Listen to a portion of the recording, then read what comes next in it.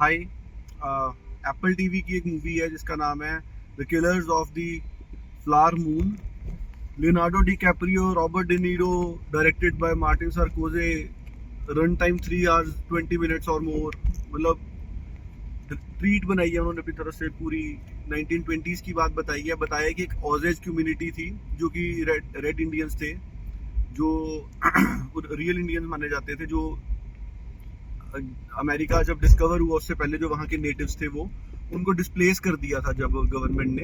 तो उनको डेनवर करके जगह जो है वहां पर भेज दिया था। जब उन्होंने वहां भेजा उनको, तो वहां पर उनके नाम पे जमीन दे दी, डिस्ट्रीब्यूट कर दी, और वहां पर निकल आया ऑयल। वर्ल्ड वॉर 1 के बाद की बात है, 1920s की बात है। वो इतने ज्यादा रिच हो गए, ऑयल निकल गया, कि उनको समझ ना आए कि इतने पैसों का करे क्या। तो god was very kind to them उस समय, कि उनको, क्योंकि उनकी इंग्लिश भी आ रही थी और उनको थोड़ी थोड़ी मान्यता भी मिलने लग रही थी।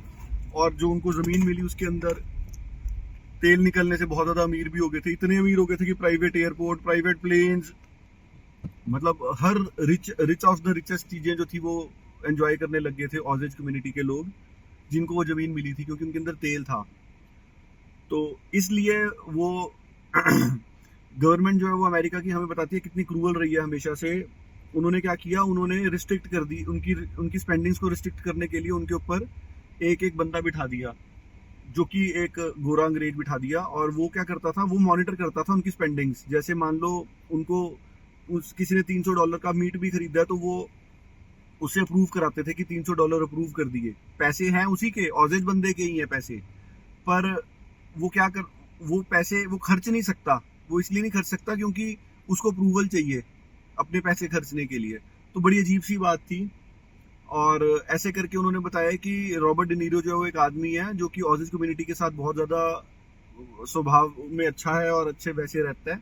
और उसका भतीजा जो लियोनार्डो डी कैप्रियो, वो वर्ल्ड वॉर 1 लड़के आया है और वहां पर आके वो काम कर रहा है। तो यहाँ पर ये लोग क्या करते हैं कि जो इनकी गेम थोड़ी ऐसी चलती है कि ये जो यहाँ के जो लोग हैं ऑजेज कम्युनिटी के, उनके वो अगर किसी गोरे से शादी कर लें, जैसे मान लो एक परिवार में एक लड़की है, वो किसी गोरे से शादी कर ले और उसके परिवार के पेरेंट्स उसके मर जाए, और वो गोरी, अगर वो जो ऑजिस कम्युनिटी की जो लेडी है वो मर जाए, तो जो सारे के सारे उसके रिसोर्सेज, पैसा, ऑयल, जो भी सारी चीजें हैं वो सारे इसको मिल जाएंगे, उसके पति के नाम हो जाएंगे। तो ऐसे ही एक फैमिली है जहां पर 3 बहनें हैं और उनकी मदर है। तो लियोनार्डो डी कैप्रियो एक से शादी कर लेता है, 4 बहनें हैं रादर। और लियोनार्डो डी कैप्रियो एक से शादी कर लेता है, एक से एक और आदमी मैरिड होता है, एक अनमैरिड होती है तीसरी, और जो चौथी है वो शादी करने वाली होती नहीं, वो थोड़ी ऐसे याशी टाइप वैसी वाली लड़की होती है।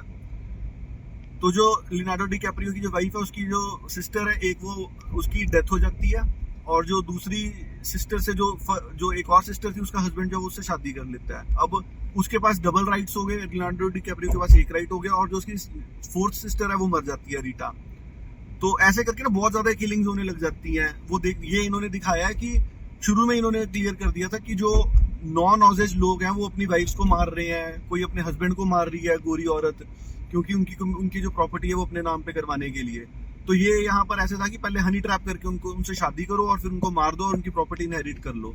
तो लियोनार्डो डी कैप्रियो भी रॉबर्ट डिनीरो की बातों में आके यही सब करता रहता है। पर वो अपनी पत्नी से सही में प्यार करने लग जाता है, करता होता है। उसको अपनी पत्नी के अगेंस्ट नहीं होता, मगर उसको ये होता है कि इसकी पत्नी के जो, क्योंकि रॉबर्ट डिनीरो कहता होता है, तो जो भी उसकी प्रॉपर्टीज हैं, उसकी वाइफ साइड से जितने रिलेटिव्स हैं उनको मारना, ये वो। उसके जो एक और हस्बैंड था, साथ वाली जो उसकी थी, अपनी सिस्टर थी, उसके हस्बैंड को मार दिया। तो अब ये अननोइंगली इसकी वाइफ को शुगर होती है, डायबिटीज होती है। तो इससे रॉबर्ट डिनीरो से ही उसको डॉक्टर भी मिले हुए होते हैं, उसको गंदी डोजेज ऑफ ड्रग्स वो उसकी देते रहते हैं, पॉइजन की, जिससे वो धीरे धीरे मर जाए। तो ऐसे ही इसी के ऊपर फिर बहुत सारे ये जो इसकी लियोनार्डो डी कैप्रियो की वाइफ जो है, ये वॉशिंगटन डीसी जाती है प्रेसिडेंट से मिलने, और वहां पर जाकर बताती है कि हमारे वहां पे लोग ऐसे मरते जा रहे हैं, हमने बहुत चिट्ठियां लिखी, किसी ने कुछ रिस्पॉन्स नहीं किया, तो आप यहाँ से कोई ना कोई बंदे भेजो जो कि करे। क्योंकि वहां पे जो पुलिस है वो मिली हुई है, पुलिस जो है वो तफ्तीश ही नहीं करती है, और जो लोग मर जाते हैं उनको कह देती है नेचुरल डेथ कॉजेज करके। क्योंकि ऑजेज कम्युनिटी के इतने सारे लोग एकदम से एक साथ नहीं मर सकते, कोई पॉइजन सिमिलर वे से मर रहे हैं, किसी को गोली मार देते हैं, तो ऐसी सब चीजें चलती जा रही हैं। तो फिर वहां से फेडरल ब्यूरो की पहली बार FBI का जैसे गठन यहीं से हुआ था, फेडरल ब्यूरो ऑफ इन्वेस्टिगेशन, उन्होंने वहां से एक टीम बना के भेजी थी। फिर उन्होंने जब तफ्तीश करी तो पाया कि यहीं के लोग जो है ये मार रहे हैं। रॉबर्ट डिनीरो वगैरह को पकड़ लेते हैं, लियोनार्डो डिकैप्रियो को पकड़ लेते हैं। रॉबर्ट डिनीरो जो लियोनार्डो डिकैप्रियो हर अपनी चीज को पहले तो मना डिनाई करता रहता है, क्योंकि रॉबर्ट डिनीरो कहता है कि डिनाई करते, बाद में मानना शुरू कर देता है कि हाँ मैंने ये किया है, मैंने ये किया है। बट अल्टीमेटली वो यही बोलता है कि वाइफ के साथ जो भी उसको पॉइजन वगैरह दे रहे थे वो मैं नहीं दे रहा था, वो ऑरेंज कम्युनिटी के ये रॉबर्ट डिनीरो मेरे से दिलवा रहा था, मेरे को कुछ आइडिया नहीं था उसके बारे में।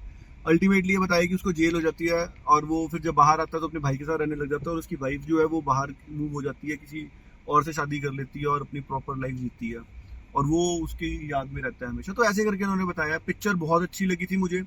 इस पिक्चर में बहुत, क्योंकि मेरे पास सबटाइटल अवेलेबल नहीं हो पा रहे थे सही से, तो इस पिक्चर में क्या था कि और थे भी तो इसके साथ ना एक्चुअली नेटिव अमेरिकन में बहुत ज्यादा लैंग्वेज थी, और मेरे को समझ नहीं आ रही थी क्योंकि मेरे को बैकग्राउंड नहीं पता था कि क्या हुआ था असली में उसके ऊपर, जिसके ऊपर उन्होंने स्टोरी बनाई है।